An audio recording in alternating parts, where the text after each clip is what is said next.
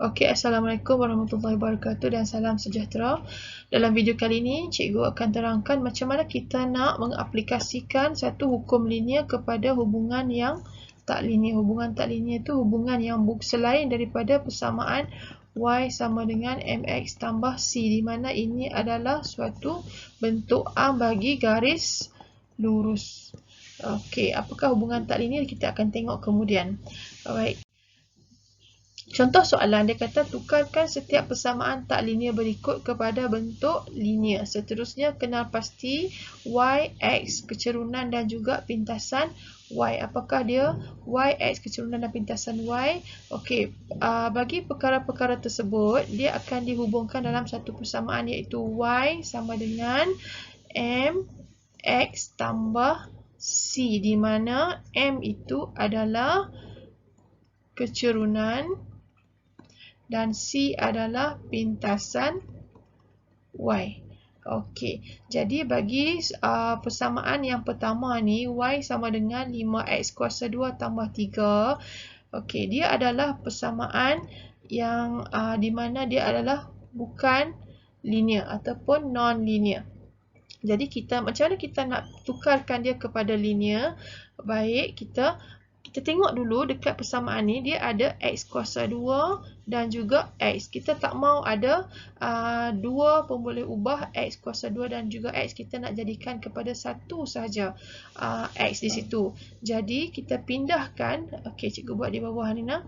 Y sama dengan 5x kuasa 2 tambah 3x. Jadi kita bahagikan kiri dan kanan dengan x. So, kita akan dapat y per x sama dengan 5x tambah 3. Dan kita akan dapat di sini, kalau cikgu tulis dalam bentuk dia, yang ini y, yang ini m, yang ini x tambah c. Jadi, kita boleh tulis di sini, y besar dia adalah y per x.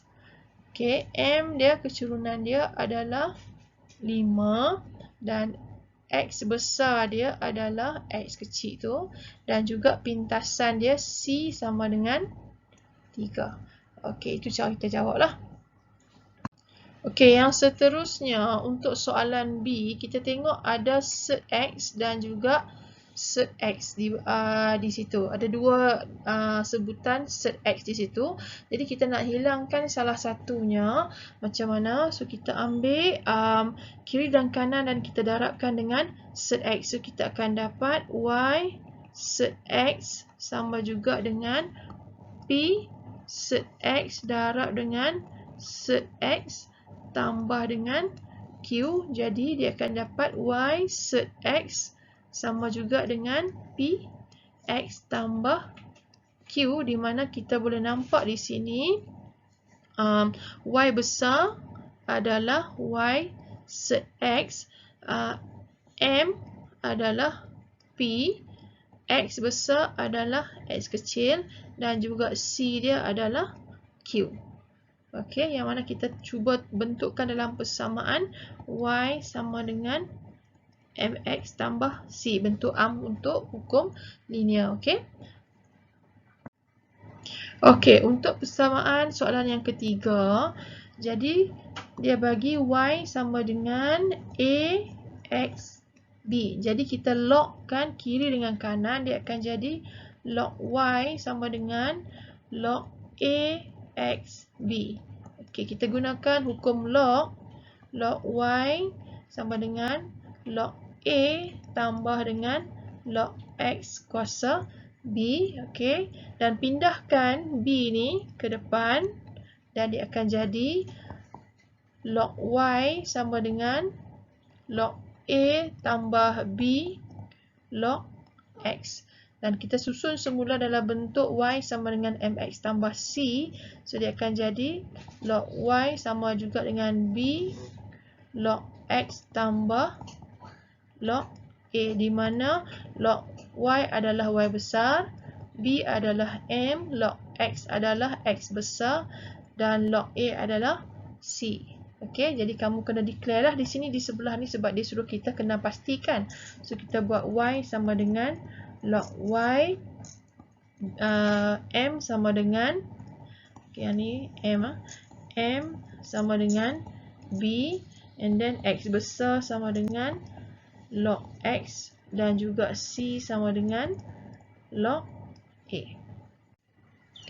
Okey, untuk soalan yang seterusnya kita tengok jadual 2 di bawah menunjukkan nilai-nilai X dan Y yang didapati daripada satu pemerhatian eksperimen. Pemboleh ubah X, set X dan juga 1/Y dihubungkan oleh persamaan 1/Y sama dengan P set X tambah Q.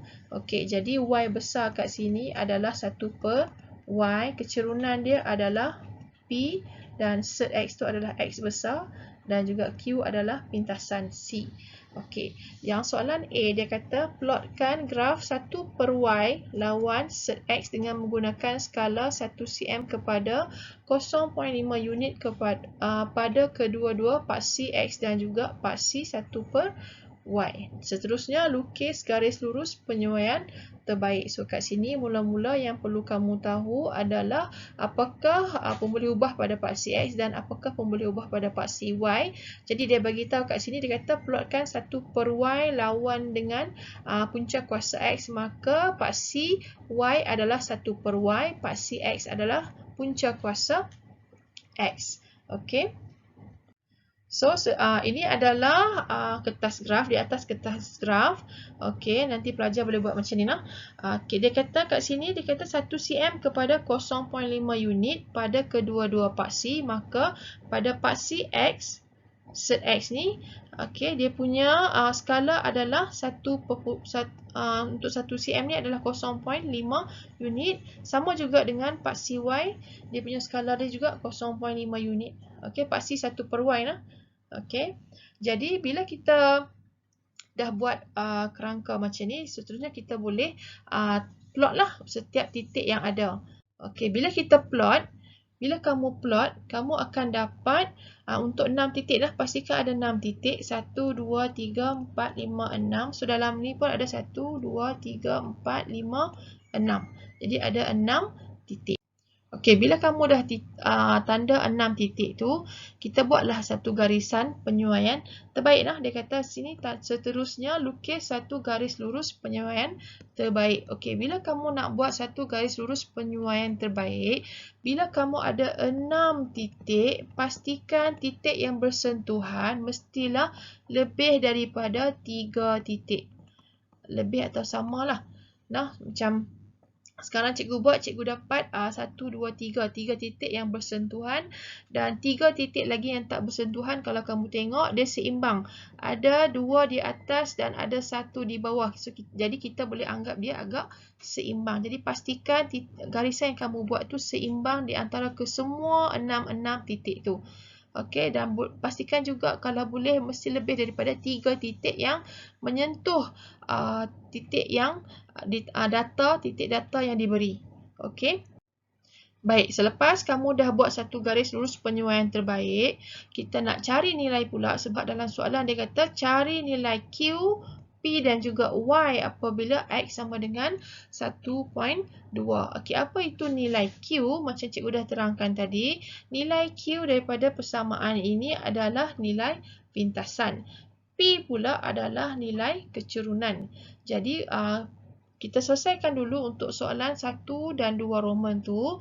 Okey, so kita akan dapati daripada graf, pintasan dia adalah kamu tarik garis tu sampailah menyentuh pada paksi Y. Bila kamu tarik, kamu akan dapatlah pintasan dia kat mana. Dia akan berlaku negatif 0.7. Jadi bila kamu buat kertas graf, jawab soalan hukum linear ni, pastikan garis lurus yang kamu buat tu mesti menyentuh pada paksi Y. Okey, so kita akan dapatlah Q sama dengan negatif 0.7. Seterusnya untuk P itu adalah kecerunan graf. Jadi kamu kena pilih dua titik yang boleh kita hubungkan untuk dapat satu segitiga. Dan pastikan segitiga tu pula, ni segitiga nah yang cikgu buat dengan garisan warna oranye ni nah. Pastikan segitiga itu pula saiz dia sekurang-kurangnya setengah ataupun lebih daripada setengah garis kertas graf yang kamu buat. Jangan kurang daripada setengah sebab kita nak dapatkan ketepatan kecerunan yang tinggi. Maksudnya kita nak pastikan kecerunan kita tu lebih tepat. Kalau kamu buat segitiga tu kecil, takut kecerunan dia tak betul lah, tak berapa tepat. Okey. Jadi cikgu ambil dekat titik di atas ni.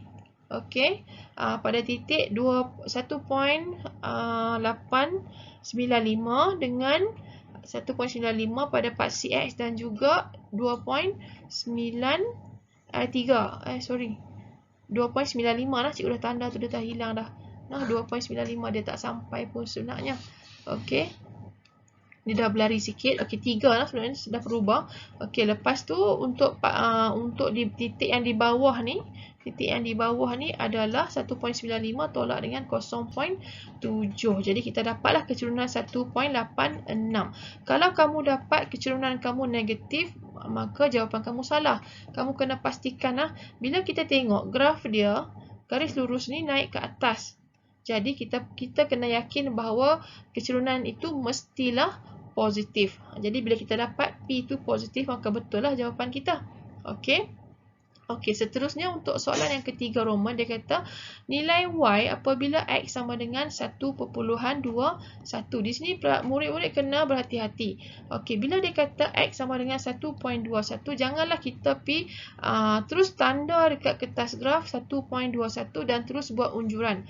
Tak boleh lah. Kita kena pastikan tukar dulu nilai X tu kepada set X ataupun punca kuasa X kerana nilai paksi X adalah dalam bentuk set X ataupun punca kuasa X, bukannya X. Okey. Bila kita dah tukar, kamu akan dapatlah X sama dengan 1.1. Jadi buatlah satu garisan unjuran 1.1 dekat sini dan kita akan dapatlah dia berlaku nilai 1 per Y di sini adalah 1.35. Nah, dia pintas dekat paksi Y bersamaan dengan 1.35. Okey, situ pun sama. Dia adalah 1 per Y bukan lagi Y. Jadi macam mana kita nak dapatkan Y? Kita dapatlah Y sama dengan 1 per 1.35 dan kita dapatlah nilai Y akhir dia. Kamu kira yang kalkulator, kamu akan dapat 0.7407. Okey. So ini adalah salah satu cara lah untuk kamu buat soalan-soalan hukum linear yang mana biasanya dia akan tanya kita untuk kita buat garis lurus penyuaian terbaik. Dia suruh kita cari nilai paksi X. Dia suruh kita cari garis kecerunan, pintasan dan juga dia akan bagi satu nilai untuk kita dapatkan nilai bagi paksi Y ataupun paksi X bagi data yang dia bagi. Contohnya macam 3 tu lah, dia bagi X berapa, dia suruh kita cari Y berapa. Tapi kena berhati-hati lah. Kena tengok juga pun boleh ubah pada paksi X dan paksi Y tu adakah sama dengan soalan yang ditanya. Okey. Itu saja untuk video kali ini dan kita jumpa lagi. Selamat mencuba untuk soalan-soalan hukum linear ni. Okey, bye-bye.